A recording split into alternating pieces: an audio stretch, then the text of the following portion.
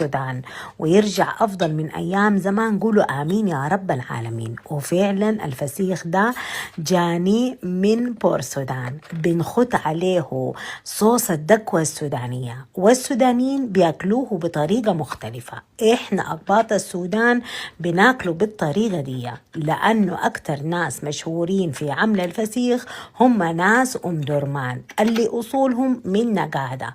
تخط عليه الصوص الدكوة السوداني وجنبه البيزيانوس الساقط السوداني، وما بس بتاكل في شم النسيم.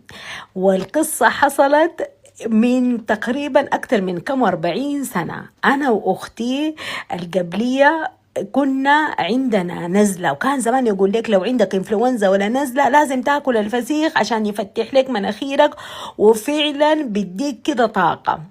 وجينا راجعين من مدرسة السيستر سكول الراهبات في الخرطوم.